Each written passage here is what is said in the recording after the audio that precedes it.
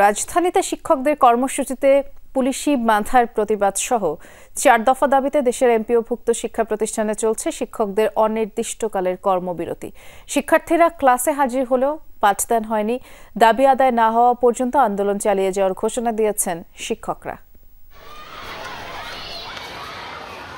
Bag বোঝাই বই খাতা নিয়ে হাজির কোমলমতিরা, তবে শেষ পর্যন্ত ক্লাস শুরুর আর ঘণ্টা বাজেনি। দেশের বেশিরভাগ এমপিওভুক্ত শিক্ষা প্রতিষ্ঠানে আজ এমন চিত্র। স্কুলে উপস্থিত থাকলেও ক্লাস নেননি শিক্ষকরা। শিক্ষকদের উপর হামলার প্রতিবাদে চলছে তাদের কর্মবিরতি। আমরা আসলে কারোর বিপক্ষ নই, প্রতিপক্ষ নই, সরকারের প্রতিপক্ষ না, আমরা সরকারের সহযোগী। আমরা চেয়েছিলাম 20% আমাদের বাড়ি ভাড়া। পাবনার এমপিওভুক্ত প্রতিষ্ঠানগুলোতেও বন্ধ পাঠদান। শিক্ষার্থীরা আসলেও ক্লাস না করেই সবাই ফিরেছে বাড়িতে। অলস সময় কেটেছে নাটোরের শিক্ষক কর্মচারীদের।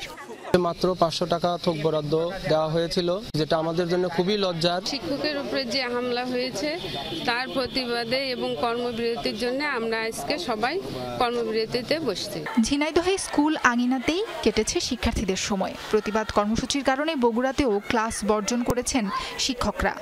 পুলিশই আমাদের যেভাবে হস্তানাস্তা করেছে, একজন মানুষ গড়ার কারিগর হিসেবে সহ্য করা যায়। শিক্ষক আমাদের ভাইদের এইভাবে লাঞ্ছিত করার প্রতিবাদে আমরা আজকে কর্মবিরতি পালন করছি।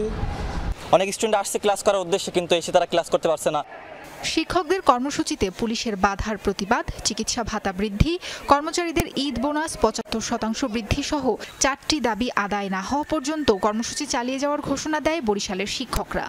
যতদিন পর্যন্ত জাতীয়করণ করানো হবে, আমরা কেন্দ্রের নির্দেশে আমরা কর্মবিরতিতে থাকবে। সার্বিকভাবে শিক্ষাক্ষেত্রে বৈষম্য দূর করার লক্ষ্যে শিক্ষা ব্যবস্থা জাতীয়করণ চাই।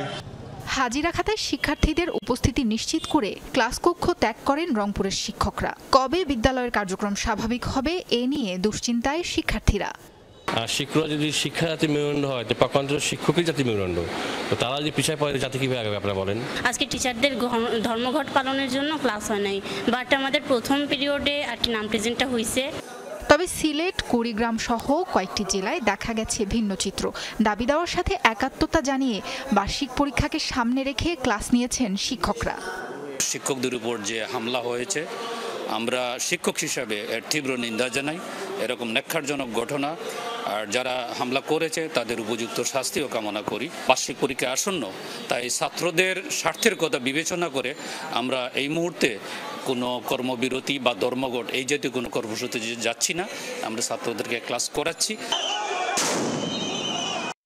রোববার রাজধানীতে প্রেস ক্লাবের সামনে দাবি আদায়ে অবস্থান কর্মসূচি পালন করছিলেন এমপিওভুক্ত শিক্ষকরা। এ সময় পুলিশের সাথে ধাওয়া পাল্টা ধাওয়া হয়, লাঠিচার্জ ও সাউন্ড গ্রেনেড ছোড়ে পুলিশ। এ ঘটনার প্রতিবাদে কর্মবিরতিতে এমপিওভুক্ত শিক্ষকরা। সাবরিনা লিজা, যমুনা নিউজ।